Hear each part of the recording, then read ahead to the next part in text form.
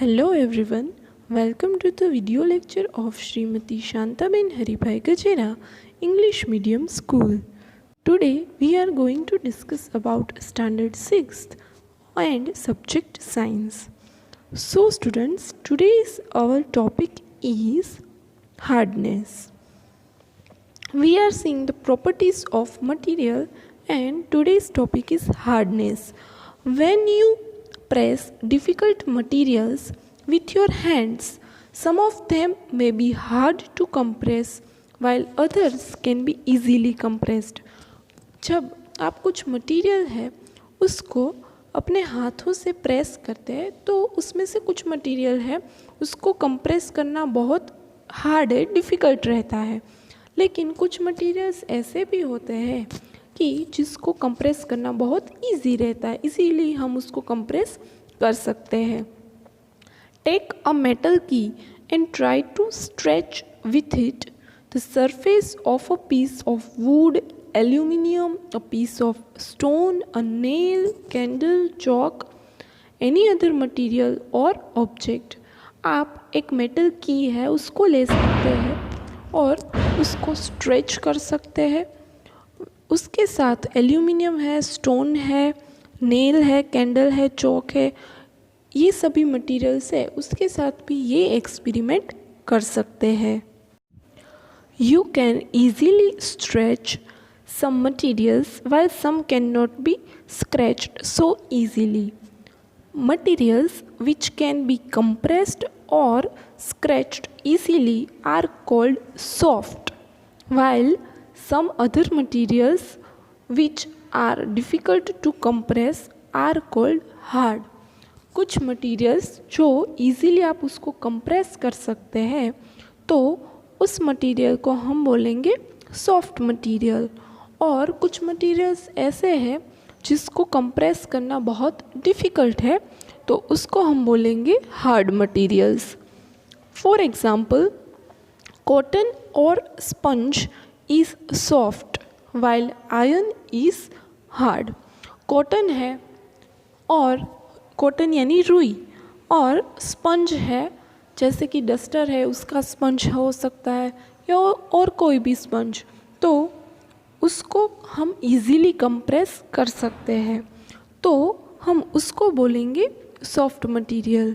While iron है, कोई iron की पीस है या फिर कोई आयरन का ऑब्जेक्ट है तो उसको कंप्रेस करना हमारे लिए बहुत डिफ़िकल्ट है तो उसको हम बोलेंगे hard materials. In appearance materials can have different properties like lustre, hardness, be rough और smooth. Can you think of other properties that describe the appearance of material? दिखने में कोई मटेरियल्स है उसकी जो प्रॉपर्टीज़ है वो डिफरेंट हो सकती है, लाइक लस्टर है वो कितना शाइनी है, हार्डनेस है दिखने में कितना वो हार्ड है, टफ है, उसकी सरफेस रफ या स्मूथ हो सकती है। तो ये सभी प्रॉपर्टीज़ है वो हम देख के डिसाइड कर सकते हैं। So it was all about hardness of any object. Now the next property is soluble or insoluble. Collect samples of some solid substance such as sugar, salt, chalk powder, sand and sawdust. यहाँ पे हम एक छोटी सी activity करने चाह रहे हैं, उसके अंदर हम कुछ सॉलिड सब्सटेंस है, घन पदार्थ है, उसको हम इकट्ठा करेंगे। उसके अंदर है शुगर है, सॉल्ट है, चॉक पाउडर है, सैंड है एक्सेट्रा, वो सब हम इकट्ठा करेंगे। टेक 5 ग्लासेस और बीकर्स, और फिर हमें 5 बीकर या फिर 5 कोई ग्लास सेम साइज़ के लेने हैं। Fill each one of them about 2/3 with water, और जो बीकर और ग्लास हमने लिया है उसका 2/3 पोर्शन है वो हमें पानी से भर देना है। Add a small amount of sugar to the first glass, छोटी सी अमाउंट में, छोटी सी मात्रा में हमें शुगर करीबन 1 चम्मच वो हमें फर्स्ट ग्लास के अंदर वो शुगर हमें ऐड करनी है। Salt to the second, salt है वो हमें सेकंड बीकर या सेकंड ग्लास के अंदर हमें ऐड करना है।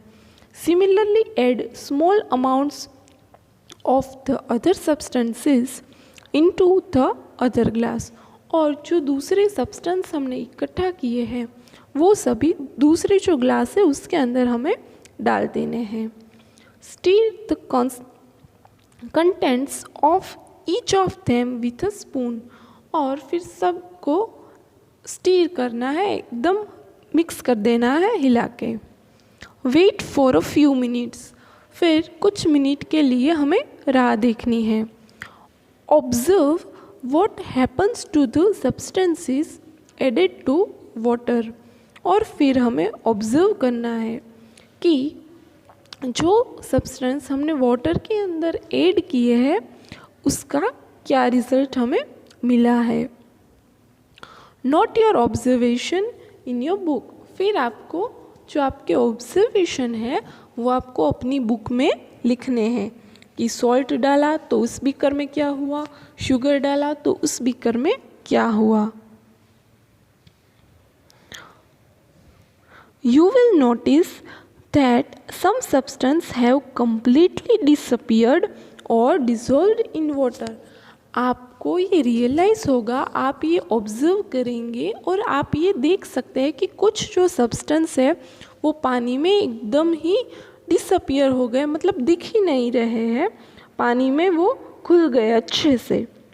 We say that this substance are soluble in water, और इस ऑब्जर्वेशन के थ्रू हम कह सकते हैं कि जो ये सब्सटेंसेस है वो पानी में सोल्यूबल है। Other substances do not mix with water and do not disappear even after we stir for a long time, और कुछ सब्सटेंस ऐसे भी है जिसको हमने बहुत टाइम के लिए उसको स्टीर किया, बहुत टाइम के लिए हमने उसके अंदर चम्मच घुमाकर उसको मिक्स करने की कोशिश की, लेकिन फिर भी वो अंदर डिज़ोल्व नहीं हो रहे, अच्छे से घुल नहीं रहे। This substances are called insoluble in water, और ये जो सब्सटेंसेस है उसे पानी में इनसोल्यूबल बोला जाता है।